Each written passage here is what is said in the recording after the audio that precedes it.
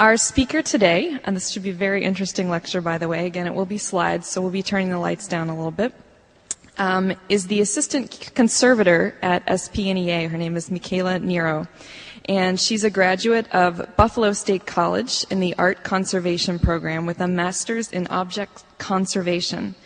And she's worked with the National Park Service at the conservation headquarters in Harpers Ferry, West Virginia, and at the Shelburne Museum in Vermont.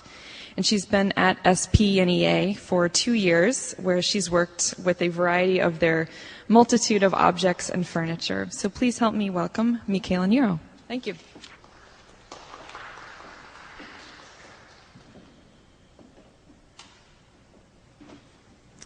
Good afternoon, everyone. All right. So today I'm going to talk about the conservation of objects for the show Cherished Possessions, which is a nationwide traveling show put together by SPNEA over the last 2 years. There's over 200 objects, furniture, paintings, and textiles in the show, but I will concentrate on the objects that I predominantly worked on, objects and furniture. Okay. And I guess we'll just wait for the lights to go off a little bit. The lights? Okay. So just a general background about conservation. It can be defined as the profession devoted to the preservation of cultural property for the future. Conservation is a combination of preservation and restoration, as well as a mixture of art and science. It's the attempt to maintain and stabilize as much of the original material on an object as possible and to inhibit any future or ongoing damage. It can also mean restoring missing elements and lost finishes when appropriate so that the object can be appreciated as a whole and how it was intended by the original maker.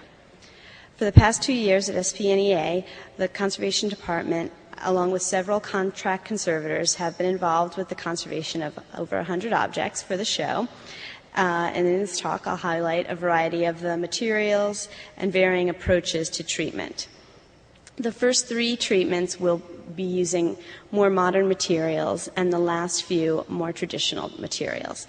And these slides are just, I've got it backwards, pictures of us in the lab. Here's my boss, Joe Godla, removing an old mahoganized finish from a frame. So this is the intended surface, and this surface was put on over 150 years ago with a variety of stains and pigments to make the frame look like mahogany, although it was never it wasn't made of mahogany or intended to look like that. This is a wax figure. There's 2. The male and female, and I'll be talking about the male. Very unique in that they're the only remaining freestanding wax figures made in Boston around 1725. It was a common woman's art, but none have survived. These were found in the woman's will, and there were 3 originally. Now there's only 2 left, but the bell jar and the base were made specifically for these. Their treatment involved vacuuming the surface on very low suction with a light brush to remove the 300 years of dirt, followed by a light swabbing with cotton using saliva. This is a great cleaner. Oops, I'm sorry. This is the back view. These plum fruits had a strange hazy white residue on them, as you can see here and here. Another problem, you can see the leaves are missing from some of these wires. They're broken off. So the hazy surface was likely a component in the black pigment that had leached out of the wax and crystallized on the surface over the years and with changing temperatures. This haze was reduced with acetone.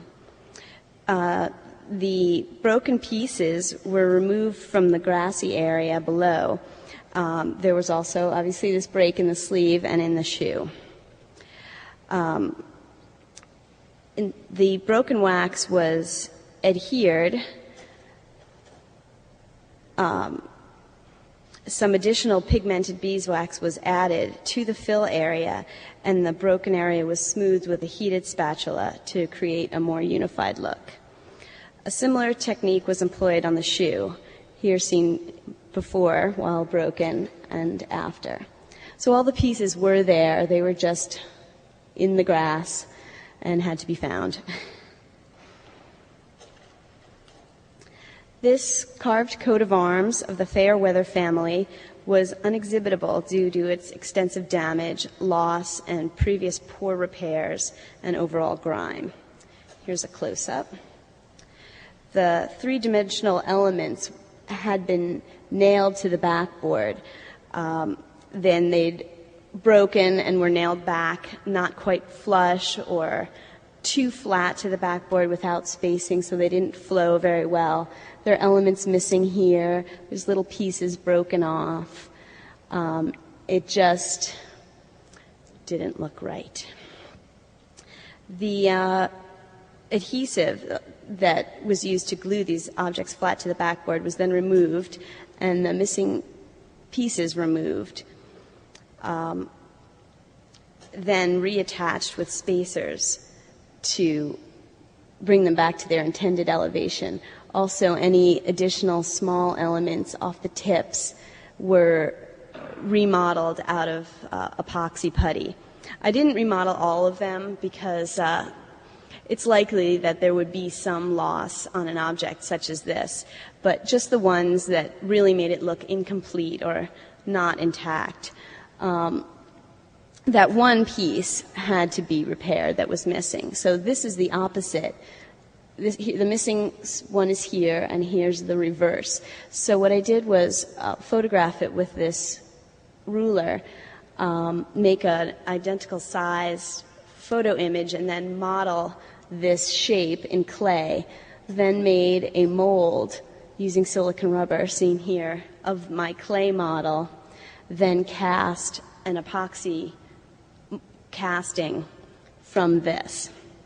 With that, this is a dark picture, I'm sorry, but this is the epoxy replacement that was then, this is the beginning stages of toning to fit it in. It was toned, it was carved, recarved to accentuate the edges of the fine carving, and gilded to look like the original. So, and here's an after-treatment photo.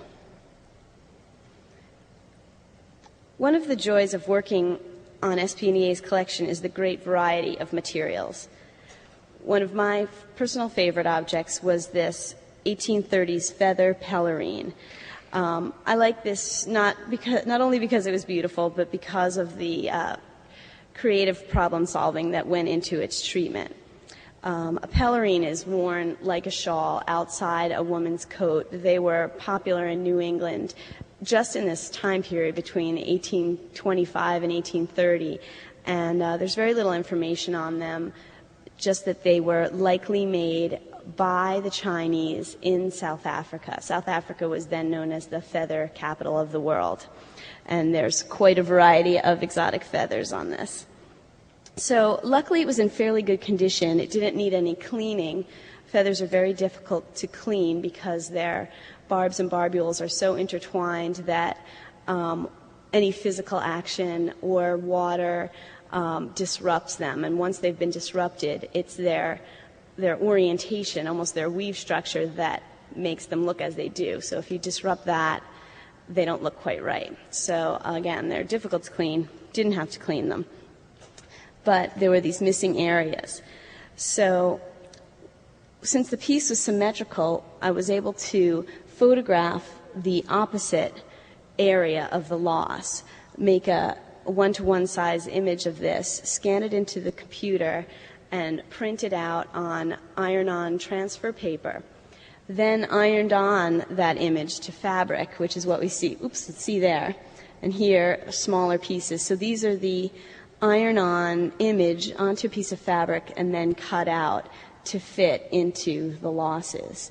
Each feather, in the construction of this, each feather was sewn on individually. So I kind of used that original construction model as a model for how I was going to replace these missing areas. Here's another before treatment area of loss and after filling with these faux feathers. And another, the feathers were eaten away by insects, likely carpet beetles. Carpet beetles love protein, and feathers are all protein. So they left alone the cotton under material, but chose to eat the feathers. And here's an after treatment.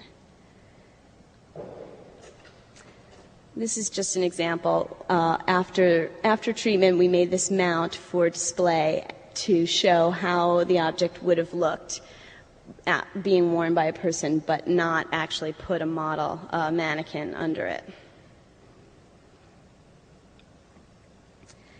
So to get all the objects treated in time for the opening of the Cherished Possessions exhibit, it was necessary to hire some contract conservators for certain objects. Melissa Carr treated this lacquer table, dated approximately 1800. Lacquer is inherently a very strong and durable material. However, this table didn't fare well for several reasons, and this is the top of the table. It's a drop leaf fold-out table. The style is European, and the quality did not rival the traditional objects made for use in China. Fewer layers of lacquer were used so that when the wood structure expanded and contracted, with the changes in humidity, the lacquer also crackled and lifted. Years of light exposure and use also degraded the lacquer surface. We were wondering why these losses were in these specific areas, but when you opened the table and swung the legs out, those were the points where the top met the legs. And actually the underside, once you opened this table, was in very good condition. But this entire surface, you can see down here in raking light, is all rippled and crackled like a painting would be, and many areas were lifting. So many hours were spent cleaning and consolidating the surface, clamping down the lifting lacquer using fish glue, slightly diluted. But the problem was how to fill those losses. The most important thing in filling a loss and having it be convincing is to get the right texture. And because this was such an irregular texture, a normal fill material like wax that's commonly used for lacquer wouldn't have worked, because wax would be smooth like smooth lacquer, but this was not smooth lacquer. So what we did was cast a mold using that same silicone rubber that I did in the other treatment right on the surface, just kind of damming it with clay to take an exact replica of the surface pattern, similar to the area where the fills were necessary, because even this silicone rubber is so exact that even the detailing here of the paintings and this little scalloped edge could be transferred to the silicone rubber. Then we mixed bulked epoxy with black pigment and cast it into the mold, thus creating this piece. And you can see the transfer of the texture was very good. After that, the losses were traced using mylar, and then the tracing placed over the epoxy and cut out like a little puzzle piece. Those pieces were then fit in these different areas and adhered, and then in-painted using various paints and pigments to match the background color, and then with the gilding to match the designs. So here's an area and here's an area. And it was convincing. You could tell if you looked closely, and in different lights it looked better or worse, but overall the object could now be appreciated as a whole piece, and your eye isn't drawn to those big losses. So those previous three treatments were examples of how a conservator can use modern materials and techniques, but these materials used are completely removable and readily discernible from the original on close inspection or by using ultraviolet light. Sometimes conservators talk about a 6-foot, 6-inch rule where you shouldn't be able to see any repairs or fills if you're 6 feet away, but you should see them if you're 6 inches away. And that's sort of an ethics issue. We're not trying to fool anyone into thinking that these weren't damaged, just to allow them to be appreciated as a whole without highlighting the damage. So, to change focus, now to furniture. Sometimes when treating the furniture especially, it's not appropriate to use modern materials. The originals, tried and true materials are used for a reason. They're often stronger. They are easily reversible in the case of hide glue or fish glue. And they are more sympathetic to the object. They look more correct, or they age better as the object ages than some of the more modern materials. So this is the bottom half of a high chest that our Cress fellow from France has been treating, and she's been trained in the traditional French carving and gild work. So this looks okay, but as a testament to the piece of furniture being well made, almost every single joint the glue has separated, and it's just sort of interlocked together by the joints, but it's very loose construction. There's gaps and cracks and splits. The back pad foot is missing. There should be finial drops here and here. We're missing a knob here. And here's an example of the type of separation that took place on this piece. It's maple, and it's stained to look like mahogany. That was a common technique. Mahogany was a more expensive wood, but you can look like mahogany. So, aside from clamping and regluing the joints, Stephanie carved and replaced these leg returns. Here's another split. 5 leg returns and this foot were carved. Here's an example of her measuring the area where the finials belong so that they can fit in proportion. She did a lot of research to other chests that look like this as to the proportions of the finials, and made some scale drawings, and then went to the lathe and turned them, and will replace them. She's still working on this piece. But these new pieces she did carve them in in maple, but they'll all be stamped and dated with our present date so that it is indicated that they're new. Also, all of our pieces are photographed before and after treatment, and a thorough report is written, and that stays with the object so that it's very clear what has been done to it. This piece traveled for Cherished Possessions, and it didn't seem like anything was wrong with it until we really looked at it and realized that the finish was wrong. It was stable, there were no problems, it just looked horrible.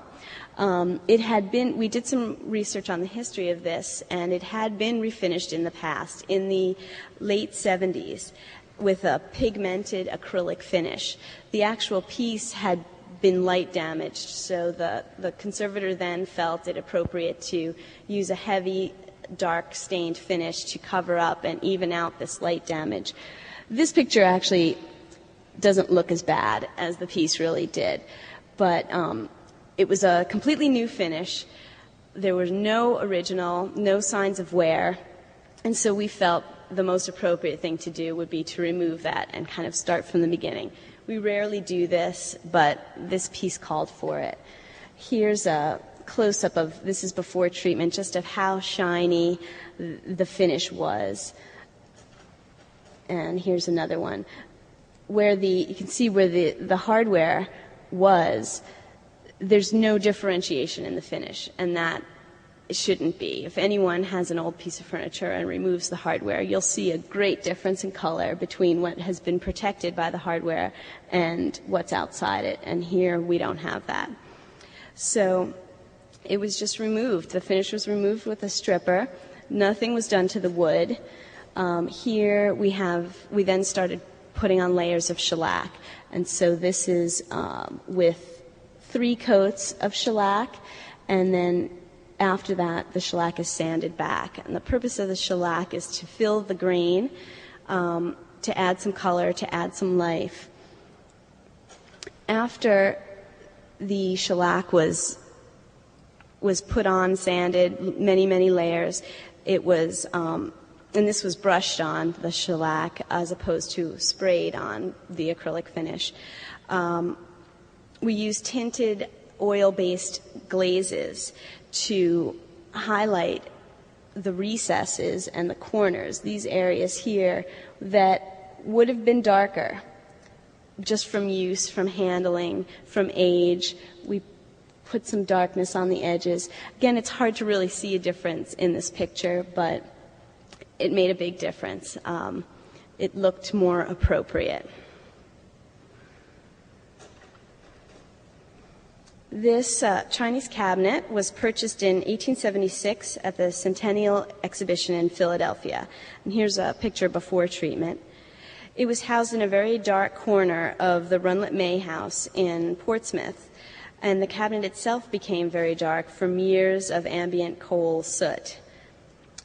Here's a during cleaning side to see the difference. The original color was quite hidden. Here's another before treatment. You can see here there's very little variation between the colors on this shelf, and after it really stands out, the contrast. It wasn't over cleaned. This is an after treatment photo, and there's still dark highlights, but they help to give the piece and the carving some life and again show age. We made an interesting observation when treating this piece. All these little carved pieces, and actually all the joints and structure itself, there were no nails. It had been fit together with these joints sort of labeled with Chinese letters as if to reconstruct. A goes into the A slot, etc. And we determined that it was most likely shipped in pieces to Philadelphia and then constructed there. It's so delicate that there's no way it could have survived shipping intact. We wondered how we would ship it intact, actually. So what we did was construct a bracing system for the back. This is in its crate, but the bracing system went along these back stays and across the middle to secure it so that it could be traveled and taken in and out of the crate. And this is the traveling crate that it will go to the different venues with.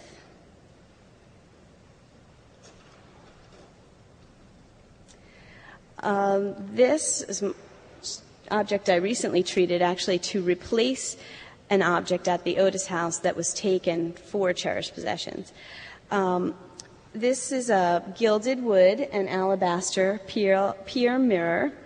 It's called a Balboa mirror and was likely made between 1780 and 1810 in either Spain or Portugal. There were several stages to this treatment. So here before treatment, we have a missing element that I did have. It was just off. Several of the little leaves and flowers here were missing. This piece of alabaster has also detached, and it's hard to tell here, but there's a break here, many breaks and cracks overall, lost areas of gilding and gesso. Here's a close-up, and just throughout here you can see the gray bowl under the gold, and below that the white gesso. I'll go back to the notes. So we decided for this to use the traditional method of cleaning and restoring gilding. Both gold leaf and alabaster are highly sensitive to water. So saliva and swabs were used to clean the surface. Saliva is actually a great cleaning material. The wetness can be very well controlled, and the enzymes are very effective in reducing dirt and it's also non-toxic for the user, as opposed to solvents that we often use. I then went to work on the areas of lost gesso and gilding, using traditional methods including whiting and rabbit skin glue to make the gesso.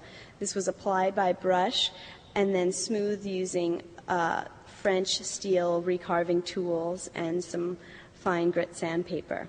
So here's an example photo after in gilding, or after gesso. So these white areas across here and here, again, hard to see, but really throughout the piece are gesso fills right up here. Those have to be smoothed to the exact level of the original, and then they're covered with bole.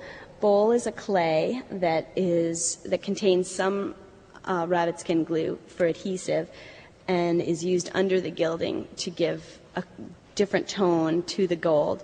I used gray because that was the color that was there before, and in these areas are where you see it.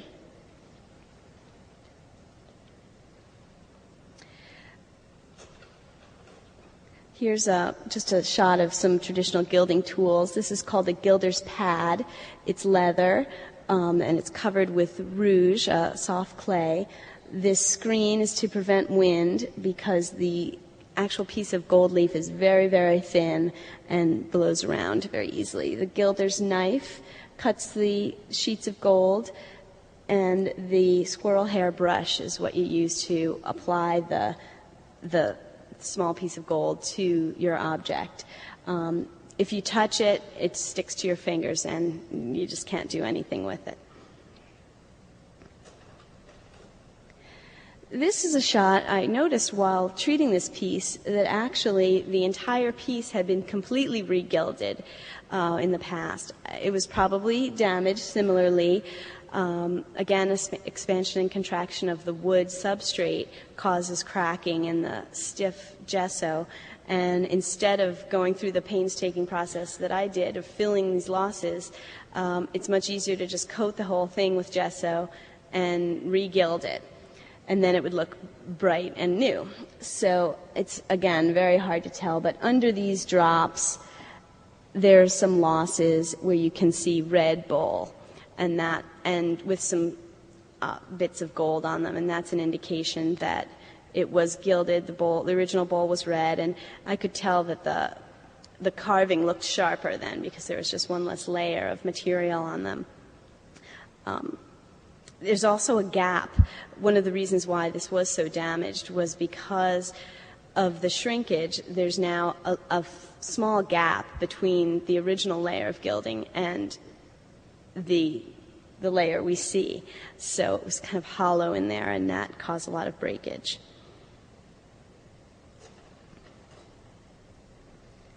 So here's a before treatment, just close up of the corner. That's here. Let's see if I can, there, more focus. Again, look at these vertical edges here and the tips of these balls to see, and here, how it looked after treatment. So they're filled in. You only see gray tips of the balls, and then these areas are filled. I chose not to in-gild everywhere because, again, I don't want this to look new. It should look like the other objects in the room that it hangs, which is old but taken care of. And here's a complete after treatment. Here's just a shot of our lab. It's very dark, I'm sorry, but there's a leather-covered trunk, a red lacquer tea table, a child's baby carriage, a Indian chair heavily carved, and back in the corner is a stained glass window. These were all objects we treated for a show in North Adams at Mass MoCA with contemporary artists who chose these objects. And I just put this in to show that there's just such a wide variety of objects at SPNEA and that come through our lab every day, that it makes it interesting and fun and constantly challenging. conservation is a continual learning process with the new materials available, new uses for old materials, and continuing refinement of traditional techniques. The conservator is constantly challenged with different problems to solve. And that's it. Does anyone have any questions? Yes.